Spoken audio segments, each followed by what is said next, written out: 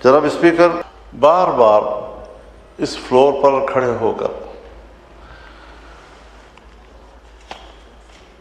ہم اپنے ملک کے حالات پر بات کرتے ہیں، لیکن میرے اس احتجاج کو نوٹ کیا جائے کہ ہماری گفتگو قوم کو براہ راست نہیں سنائی دی جا رہی ہے۔ اگر یہ پارلیمنٹ عوام کا نمائندہ ہے تو حکومتی بینچ پر بیٹھنے والے اور اپوزیشن بینچ پر بیٹھنے والے وہ ایکول ہیں، برابر کی حیثیت میں یہاں ہم بیٹھتے ہیں۔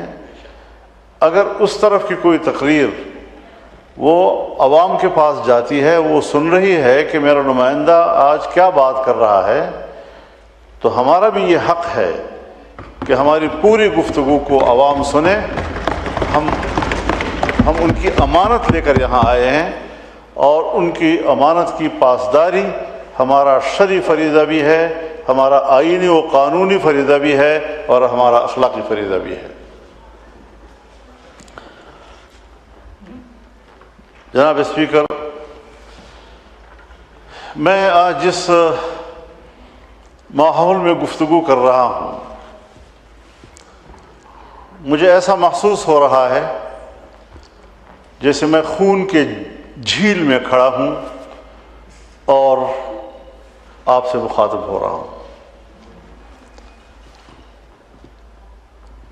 مسئلہ کسی ایک فرد کا نہیں ہے۔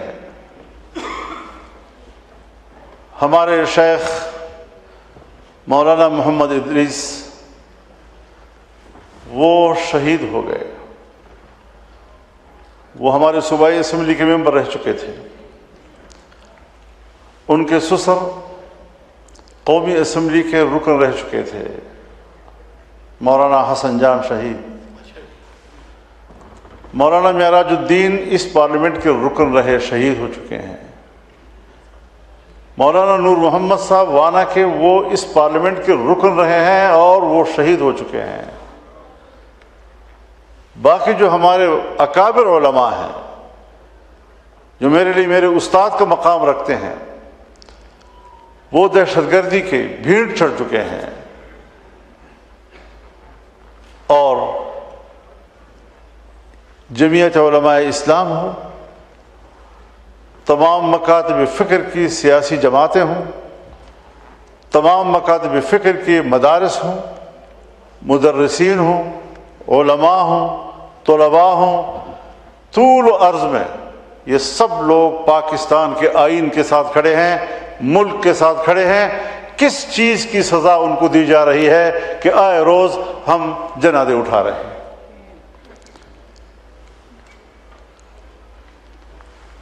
باجوڑ میں ہم نے ایک جلسے کے اندر 80 جنازے اٹھائے۔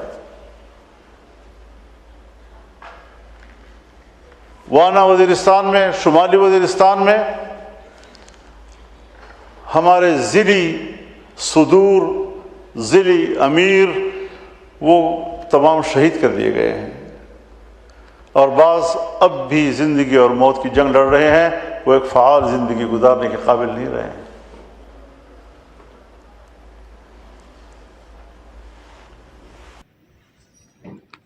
پندرہ 20 سال ہو گئے، آپریشنز ہیں کہ ہم دیکھ رہے ہیں، کبھی کسی نام سے تو کبھی کسی نام سے، اور مرد پڑتا کیا جھول دوا کا اس کی مثال بنے ہوئے ہیں۔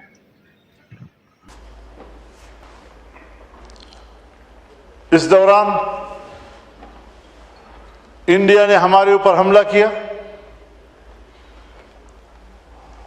ہم نے دفاع کیا۔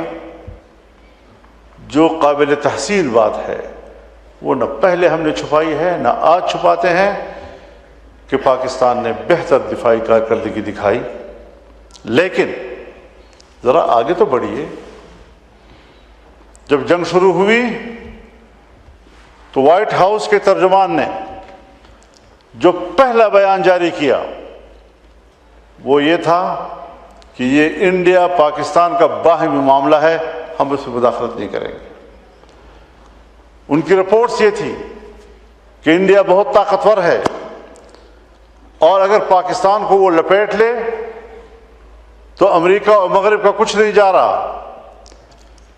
وہ ہندوستان کے ساتھ اسٹریٹجک معاہدے کر رہا تھا اور پاکستان کے بارے میں کہا کہ یہ آپس میں لڑ رہے ہیں، لڑنے دو.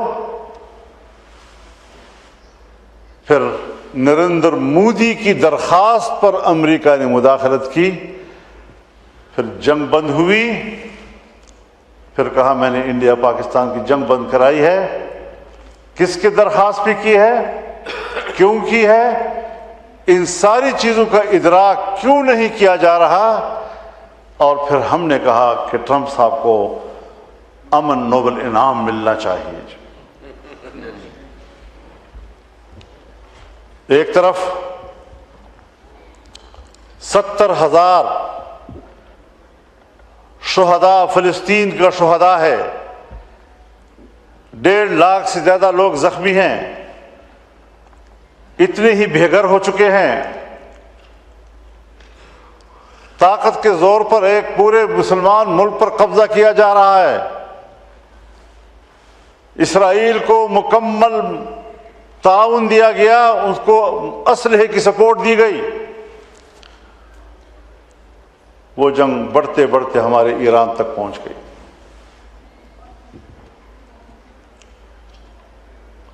ایران بہتر کارڈ کھیل رہا ہے اس وقت. آبنائے ہرمز بند ہے، لیکن کسی ملک کے پیٹرولیم نرخوں پہ کوئی فرق اثر نہیں پڑ رہا. صرف پاکستان کیوں وہ ملک ہے کہ جہاں مہنگائی عروج پہ چلی گئی. کمائی کا ذریعہ نو کراس ٹاک. صرف پاکستان ہے کہ جہاں مہنگائی کا طوفان آیا، کہاں ہے ہمارے معاشی ماہر، کہاں ہے ملک کی معیشت کو مینج کرنے والے لوگ. نہ انڈیا متاثر ہوا، حالانکہ جہاز تو ان کے بھی رکے ہوئے ہیں. خود ایران متاثر نہیں ہوا، افغانستان تک متاثر نہیں ہوئے. اور ہم نے یہاں پر قیامت برپا کر دی عوام کے اوپر، جس طرح کہ پہاڑ ہم نے ان کے اوپر گرائے ہیں. اب ہم کس سے روئیں؟ میں نے تو یہاں پر کھڑے ہو کر غالباً آپ ہی کی موجودگی میں یہ تجویز دی تھی کہ پارلیمنٹ کا ایک ان کیمرہ اجلاس بلایا جائے، اور اس سے پہلے بلائے جا چکے ہیں. جناب یوسف رضا گیلانی صاحب پرائم منسٹر تھے، اس زمانے میں بلائے گئے ہیں، اس سے آگے پیچھے بلائے گئے ہیں. اگر یہ پارلیمنٹ واقعی عوام کا نمائندہ ہے تو حکومت اس تجویز سے فرار کیوں اختیار کر رہی ہے؟ کیوں ہم سر جوڑ کر آپس میں نہیں بیٹھ رہے؟ کیوں ہمیں حالات سے آگاہ نہیں کیا جا رہا؟ کیا ہم اس آزاد ملک میں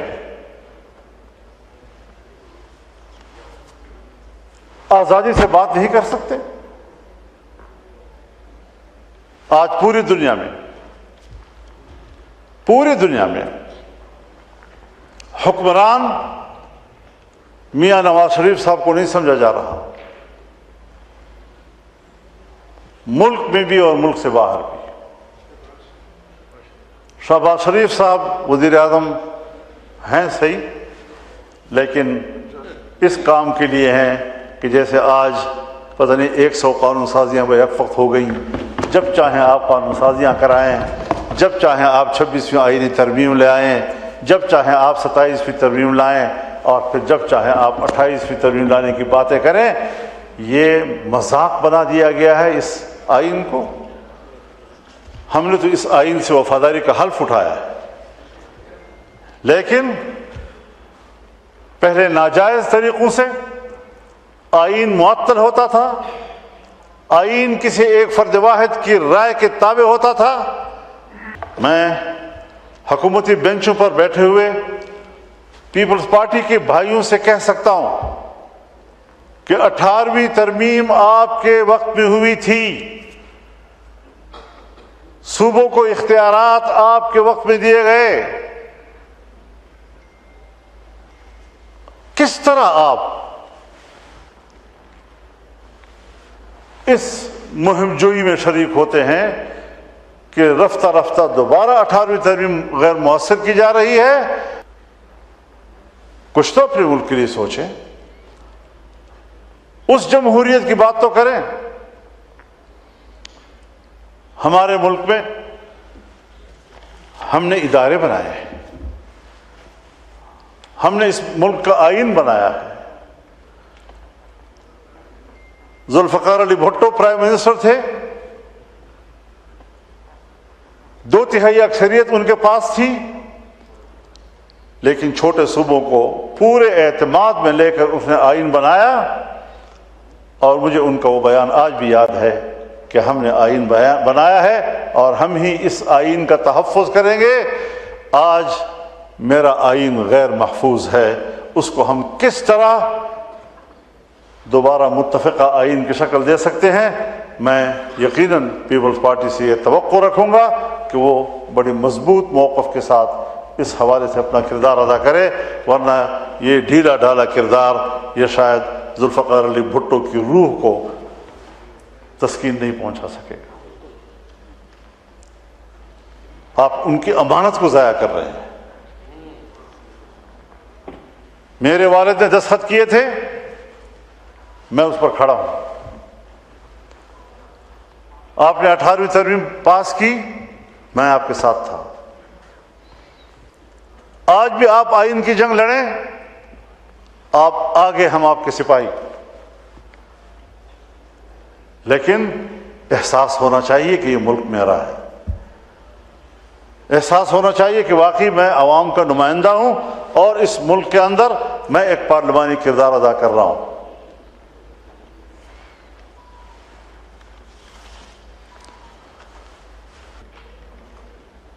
کل بنوں میں واقعہ ہوا، ایک حملے نے پورے پولیس اسٹیشن کو اڑا دیا، جتنے وہاں سپاہی تھے وہ سب کے سب شہید، اور آج تمام شہر کے اور علاقے کے تھانوں کی پولیس وہ اپنے اپنے تھانے چھوڑ چکی ہے اور پولیس لائن میں آ کر جمع ہو گئی ہے۔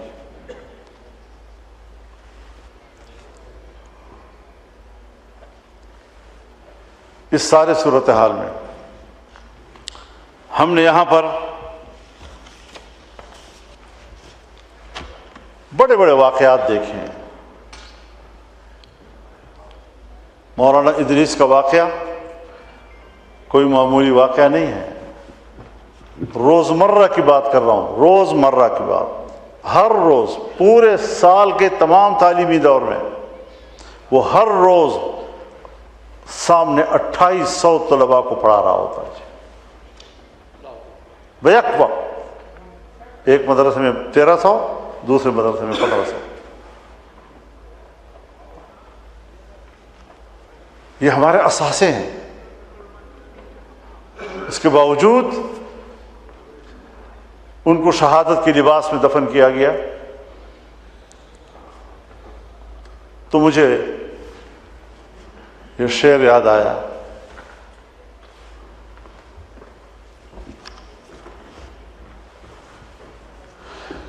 فیض کا شعر ہے کہ اپنے سر کے اوپر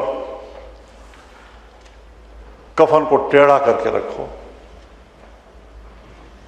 تاکہ دشمن کو یہ گمان نہ ہو کہ میں غرور عشق کا بانک پن گنوا چکا ہوں۔ وہ زندہ ہے، تمام شہداء زندہ ہیں۔ میرے اداروں کے نوجوان اگر جا رہے ہیں، وہ اپنا خون، اپنی مٹی کو حوالے کر رہے ہیں، اپنی جانیں مٹی کے حوالے کر رہے ہیں، تو ہماری پالیسیاں کدھر ہیں؟ امن و امان نہ ہو، کاروبار کہاں ہوگا؟ آج میرے علاقوں میں، جناب اسپیکر توجہ سے سن لیجئے اس بات کو، کوئی حکومتی ریٹ موجود نہیں ہے۔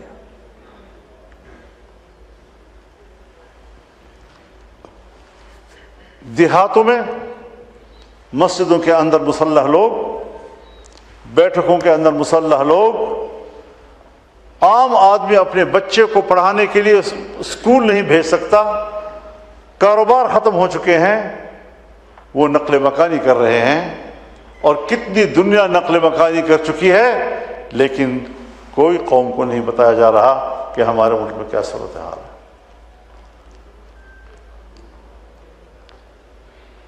میں ڈیرہ اسماعیل خان سے تعلق رکھتا ہوں،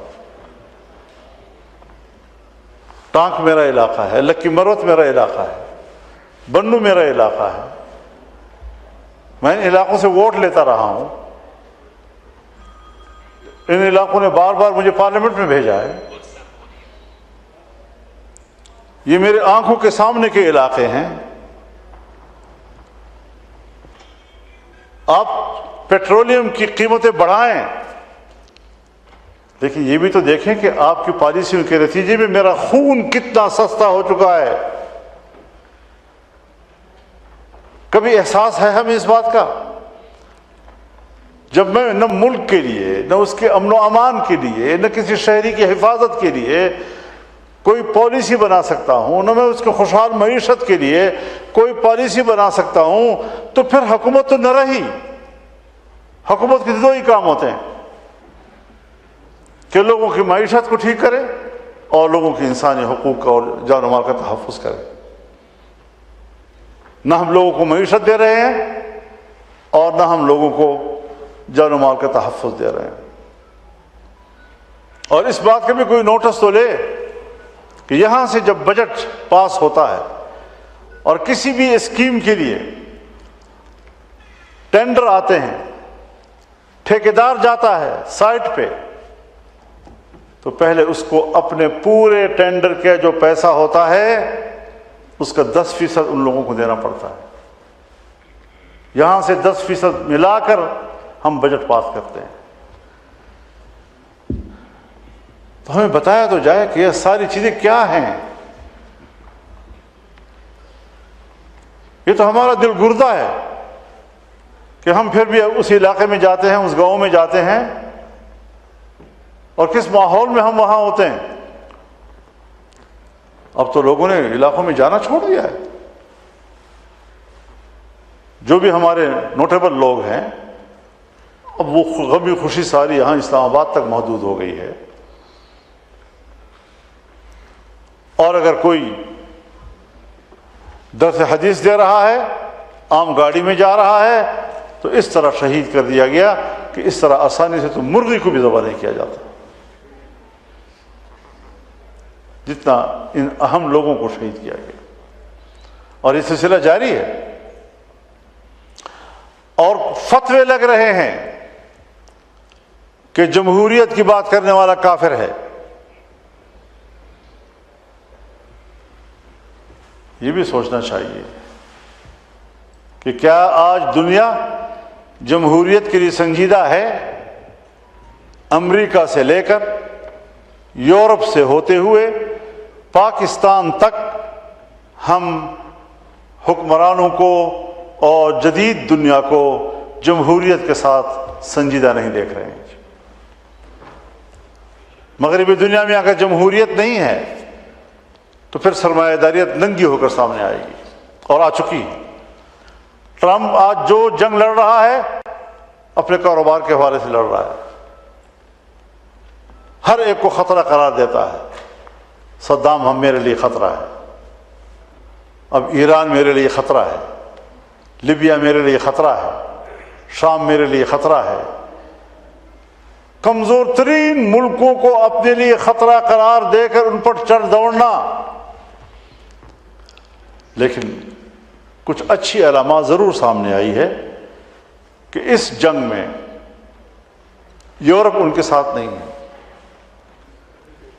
وجہ اس کی یہ ہے کہ 2015 میں یورینیم کی افزودگی کے حوالے سے جو ایران کے ساتھ ڈیل ہوئی تھی 2.78 کی، آج امریکہ کہتا ہے کہ 0 پہ آؤ تو یہ ممالک کہہ رہے ہیں نہیں ہماری تو ڈیل ہو چکی ہے، اور آپ کی بھی ہو چکی تھی۔ پھر جو ایک دفعہ ڈیل ہو گئی ہے اس کے بعد اس پر جنگ مسلط کرنے کا کیا معنی ہے؟ میں تو سوچتا ہوں عرب دنیا نے بھی بہت ہی تحمل اور برداشت کا مظاہرہ کیا ہے کہ وہاں پر امریکی اڈے ہیں، وہاں سے ایران پہ حملہ ہوتا ہے تو ایران نے ان کو نشانہ بنایا، لیکن وہ یہ سمجھ رہے تھے، اور ایران بھی پورے احترام کے ساتھ انہیں کہتا تھا کہ میرا آپ سے کوئی لڑائی نہیں ہے۔ لیکن بہرحال جنگ تو ہوئی، سعودی عرب جیسا ملک تو غیر محفوظ ہوا، امارات تو غیر محفوظ ہوا، کویت غیر محفوظ ہوا، قطر غیر محفوظ ہوا، بحرین غیر محفوظ ہوا، پورے خلیج میں آگ لگی ہوئی ہے، اور جس کے ہاتھوں لگی ہوئی ہے اس کے لیے ہم کہہ رہے ہیں کہ ہم آپ کو نوبل انعام دینا چاہتے ہیں۔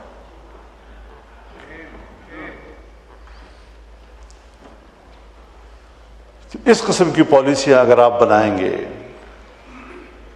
تو ہمیں سمجھایا جائے کہ یہ ملک کدھر جا رہا ہے۔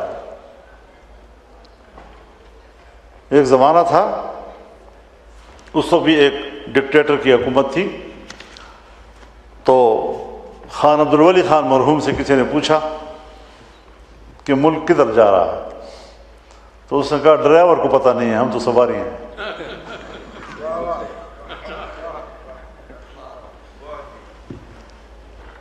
تو میرا تو خیال یہ ہے کہ ہمارے ڈرائیور کو بھی پتہ نہیں ہے کدھر لے کر جا رہے ہیں۔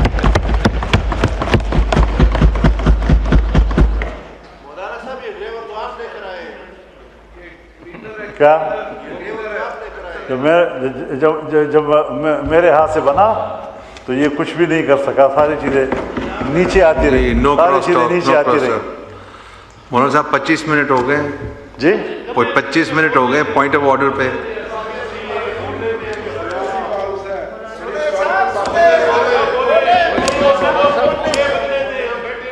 خاموشی رکھیں پلیز۔ ہائے ہائے، اب کیا کریں جی۔ بھروسہ تو نے توڑا تھا مگر خود کو سزا یوں دی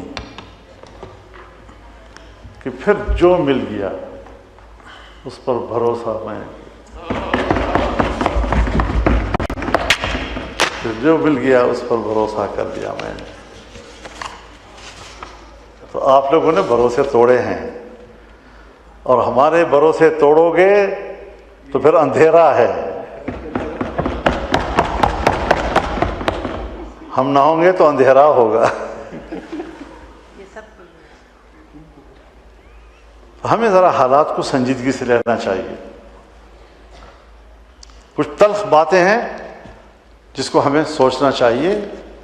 آئین کھلواڑ بن چکا ہے، اور پارلیمنٹ کے ذریعے سے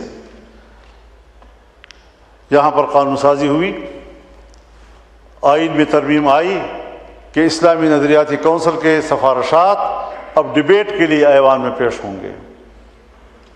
1.5 سال ہو گیا ہے، کوئی ایک سفارش یہاں ہمارے بحث کے لیے آئی؟ ایک۔ یہاں طے ہوا کہ 1 جنوری 2028 سے سود ختم ہوگا، آئین میں ترمیم کر دی۔ کسی محکمے میں، کسی بینک میں ہم سودی نظام سے ایک غیر سودی نظام کی طرف جاتی ہوئے نظر آ رہے ہیں؟ کسی ایک محکمے میں کوئی ہلچل ہے، نظر آ رہی ہے؟ تو بدعہدیہ کیوں کرتے ہو؟ دینی مدارس ہیں۔ عجیب بات یہ ہے کہ تمام حکومتی ادارے ان کو پرائیویٹائز کرنے کی پالیسی آ رہی ہے۔ ایک مدرسہ واحد پرائیویٹ ادارہ ہے جس پر حکومت قبضہ کرنا چاہتی ہے۔ جی الٹا سوچتے ہیں جی۔ تمام نجی ادارے، سرکاری اداروں کو نجی ادارہ بنایا جا رہا ہے، پرائیویٹائز کیا جا رہا ہے۔ ایک دینی مدرسہ ہے کہ جس پر حکومت قبضہ کرنا چاہتی ہے اور انشاءاللہ نہیں کر سکے گی۔ دینی مدرسے کی آزادی، اس کی حریت، اس کے لیے ہم نے لڑنا ہے اور مجبور نہ کیا جائے کہ حالات خرابی کی طرف چلے جائیں۔ یہ قانون پاس ہو چکا ہے۔ جب قانون پاس ہو چکا ہے تو پھر صوبوں میں قانون کیوں پاس نہیں ہو رہے؟ وہی قانون صوبوں میں لاگو کیوں نہیں ہو رہا؟ بلوچستان میں نہیں ہو رہا، کے پی میں نہیں ہو رہا، پنجاب میں نہیں ہو رہا، سندھ میں نہیں ہو رہا۔ اس کا تو تعلق پورے ملک کے مدارس کے ساتھ ہے۔ چاروں صوبوں میں مدارس موجود ہیں اور ایک سرکاری این جی او بھی بنی ہے، سرکاری N G O, directorate general of religious education, DGRE۔ بس گنتی پورے کر رہے ہیں۔ جس مسجد کے ساتھ کوئی ایک چھوٹا سا حجرہ بنا ہوا ہے وہ بھی جامعہ فلاں، اور ہمارے پاس اتنے مدرسے رجسٹرڈ ہو گئے ہیں، اور صوبائی حکومتیں آرڈر جاری کرتی ہیں، ڈپٹی کمشنر آرڈر جاری کرتا ہے مدارس کو کہ آپ DGRE کے تحت پہلے رجسٹریشن کرائیں، اس کے بعد پھر آپ چندہ بھی لے سکتے ہیں اور آپ کھالے بھی جمع کر سکتے ہیں۔ یہ قانون کہاں ہے؟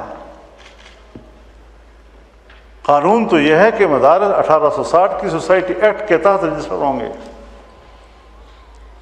حکومت نے تو ان مدارس کو سرے سے ڈرافٹ کا حصہ ہی نہیں بنایا۔ پھر شور شرابے پر ہم راضی ہو گئے کہ ٹھیک ہے، اگر کوئی مدرسہ ادھر جانا چاہتا ہے تو جائے، اس پہ کوئی ضد کی بات تو نہیں ہے۔ لیکن ڈپٹی کمشنر کون ہوتا ہے کہ وہ یہ آرڈر کرے کہ آپ DGRE کے تحت اپنے آپ کو رجسٹر کرائیں؟ یک طرفہ طور پر اس قسم کے قانون نافذ کرنا، اگر یہ قانون وہاں نہیں ہے تو پھر یہ اسی قانون کا حصہ ہے DGRE، اور وہ بھی تو نہیں ہے وہاں صوبے میں، تو پھر کیوں آرڈر دیے جاتے ہیں مدارس کو کہ آپ یوں کریں؟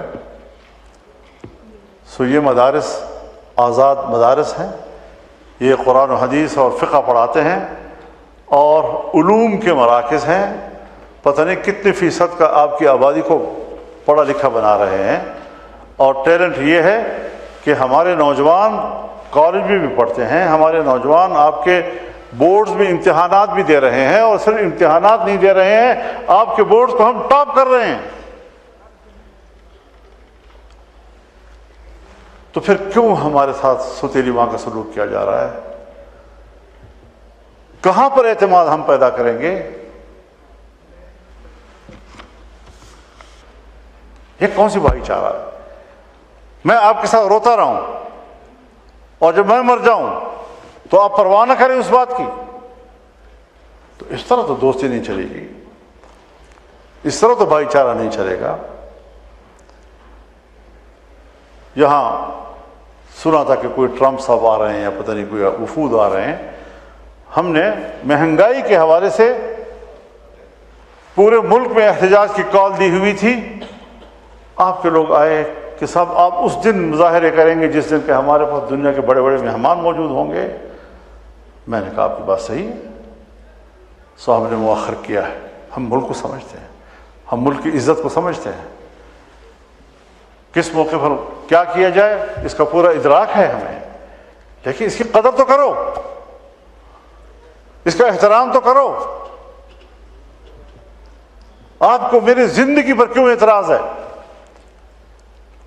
کہ مجھے اس ملک کے اندر زندہ رہنے کا بھی حق نہیں ہے؟ تو پھر جمہوریت تو آپ نے خود دفن کر دی، پھر جمہوریت تو نہیں رہے گی۔ جمہوریت ایک مردہ لاش بن چکی ہے۔ آپ کے رویوں کی وجہ سے جمہوریت اپنا مقدمہ ہار رہا ہے۔ سو ان تمام چیزوں کو ایڈریس کریں، ان چیزوں کی طرف متوجہ ہوں، اور بلا وجہ چاہیے تو حکومت کو کہ وہ تعلقات کے لیے نرم رویوں کا آغاز کریں، لیکن ہم ہیں کہ ہم نرم رویوں کا آغاز کر رہے ہیں۔ حالانکہ یہ حکومت کا کام ہوتا ہے, حکومت اس نے چلانی ہوتی ہے, حکومت کی خواہش ہوتی ہے کہ میرے لیے مشکلات کم ہوں, لیکن یہاں پر الٹی بات چل رہی ہے. ہمیں کسا جا رہا ہے, ہمیں دباؤ میں لایا جا رہا ہے, اپوزیشن کو دباؤ میں لایا جا رہا ہے.